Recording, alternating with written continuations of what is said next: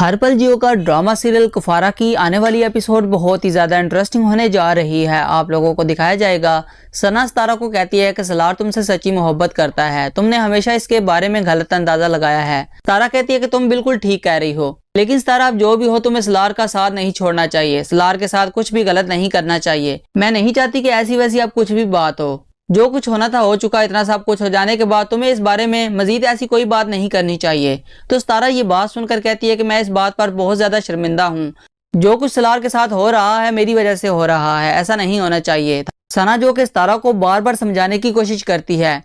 اور کہتی ہے کہ ستارہ، سلار اپنا عیش و عشرت، کاروبار، سب کچھ تمہارے لیے چھوڑ ہی چکا ہے، اب چھوٹی سی جاب کر رہا ہے وہ،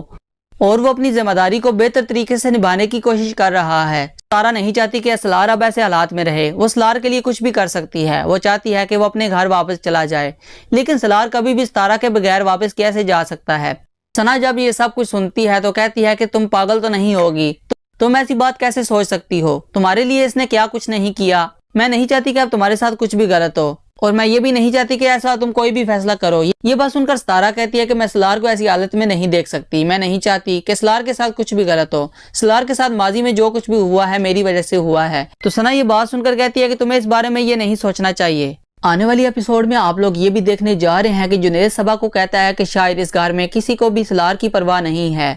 سلار کے ساتھ جو کچھ بھی ہو رہا ہے اس کے ذمہ دار بھی ہم لوگ ہیں۔ صبا کہتی ہے کہ سلار جب خود اس گھر میں نہیں آنا چاہتا تو ہم کیا کر سکتے ہیں، سلار کو شاید ستارہ کے علاوہ اور کوئی نظر ہی نہیں آتا۔ جنید کہتا ہے کہ صبا تم اچھی طرح سے جانتی ہو کہ سلار کے پاس ہم لوگوں نے اس کے علاوہ کوئی اور راستہ بھی تو نہیں چھوڑا نا، وہ ستارہ سے بہت زیادہ محبت کرتا ہے، سب کچھ جاننے کے باوجود بھی آنٹی نے جو کچھ بھی کیا ہے، میں نہیں چاہتا کہ آپ سلار کے ساتھ کچھ بھی غلط ہو۔ یہ بات سن کر صبا کہتی ہے کہ جنید تم مجھے باتیں کیوں سنا رہے ہو، جنید اس میں میری تو کوئی غلطی نہیں ہے نا، میں نے کبھی بھی ایسا نہیں چاہا تھا، میں تو سلار کا بھلا ہی چاہتی ہوں، میں چاہتی ہوں کہ سلار کی زندگی میں سب کچھ ٹھیک ہو جائے۔ جنید کہتا ہے کہ تم اپنی ماں سے بات کرو، وہ تمہاری بات ضرور سنیں گی، کیونکہ وہ تمہاری بات مان کر ہی شاید سلار کو اس گھر میں آنے کی اجازت دے دیں۔ صبا کہتی ہے کہ سلار اپنی مرضی سے گھر چھوڑ کر گیا ہے، سب گھر والے چاہتے ہیں کہ سلار واپس آ جائے، جس پر جنید کہتا ہے کہ سب سلار کو تو چاہتے ہیں، ستارہ کو نہیں چاہتے، ستارہ جب تک اس گھر میں نہیں آئے گی سلار بھلا کیسے آ سکتا ہے، ستارہ کے لیے ہی تو وہ یہ گھر چھوڑ کر گیا تھا نا، اب جو کچھ بھی ہو رہا ہے